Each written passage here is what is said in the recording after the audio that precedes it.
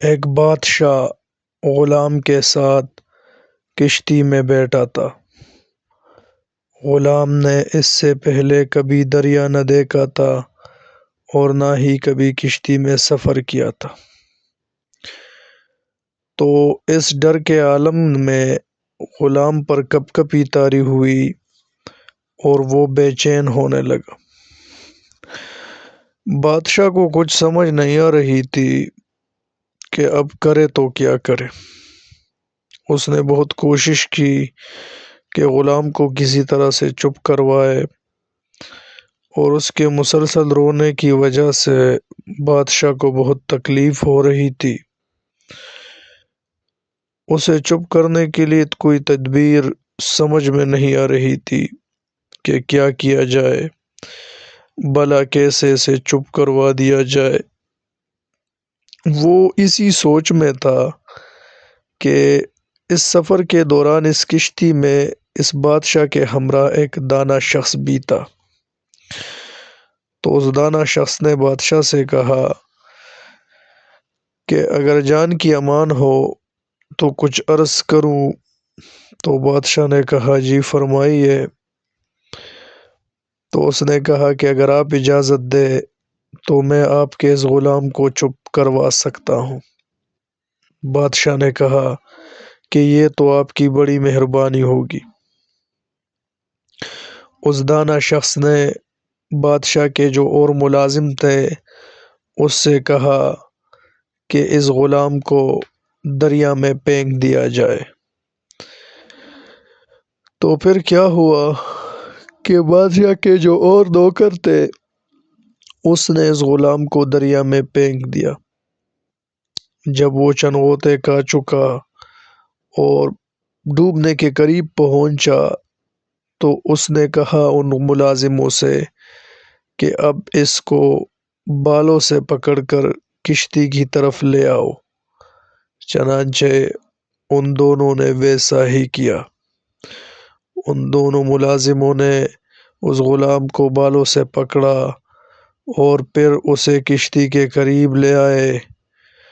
تو کشتی کے قریب لانے کے بعد اس دانا شخص نے اسے کہا کہ اسے کشتی کے قریب ہی چھوڑ دو۔ جب اس کے ہاتھ کشتی کے ساتھ لگ گئے تو ان دو ملازموں نے انہیں چھوڑ دیا۔ تو پھر اس غلام نے کشتی کے پچھلے حصے کو دونوں ہاتھوں سے پکڑ لیا اور پھر کشتی میں پھر سے سوار ہوا اور ایک کونے میں خاموش ہو کر بیٹھ گیا۔ بادشاہ یہ سب کچھ جو اپنی آنکھوں سے دیکھ رہا تھا، تو پھر وہ دانا شخص کے قریب آیا اور بڑے احترام والے لہجے میں اس سے پوچھا کہ آپ کے اس پورے واقعے میں جو آپ نے کیا، جو کام آپ نے کیا، اس کی حکمت بھی ذرا ہمیں بتائیے تاکہ ہم اس سے مستفید ہو سکے۔ تو پھر دانا شخص نے بڑا ہی سبق آموز جملہ کہا، اور وہ یہ تھا کہ اس ملازم نے یا اس غلام نے کسی ڈبونے کی تکلیف نہیں اٹھائی تھی، یعنی اسے پتہ ہی نہیں تھا کہ پانی میں ڈوبنا کتنا تکلیف دہ ہوتا ہے۔ اسے یہ بھی پتہ نہیں تھا کہ سمندری موجوں کی شدت اور تیزی، اور جب کوئی اس میں گر جائے تو اس پر کیا گزرتی ہے۔ اور دوسری طرف یہ کشتی کے آرام کو بھی نہیں جانتا تھا۔ یہ نہیں جانتا تھا کہ کشتی میں بیٹھا ہوا شخص تو پانی موجوں کے ضد میں آنے والے دوسرے شخص کی نسبت کتنا آرام دہ اور پرسکون ہے۔ تو میں نے اس کو اس کی آرام کی قدر دلانے کے لیے یہ سب کیا۔ میں چاہتا تھا کہ اسے پتہ چلے کہ جس کشتی میں وہ بیٹھا ہے وہ کتنی سکون والی جگہ ہے، اور جن موجوں سے اصل میں وہ ڈر رہا ہے اس کے بجائے کشتی ہی آرام دہ ہے، اور کشتی کے سفر میں کوئی برائی نہیں ہے۔ پھر آخر میں اس نے کہا کہ آرام کی قدر وہی جان سکتا ہے جو مصیبت جھیل چکا ہو۔ آرام کی قدر وہ شخص جانتا ہے جو مصیبت جھیل چکا ہو۔ تو جی ہاں دوستو، جو بھی مصیبت آتی ہے انسان پر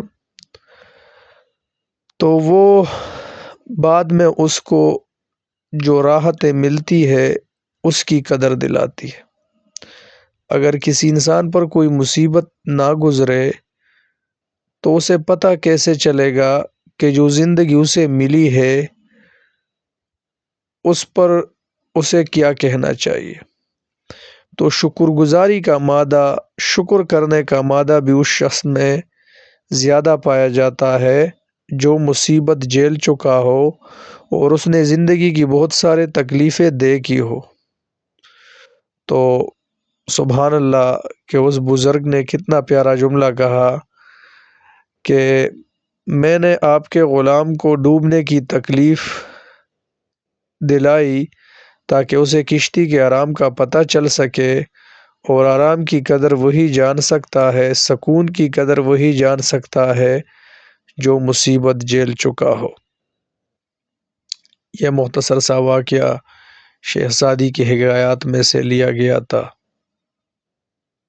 جزاک اللہ۔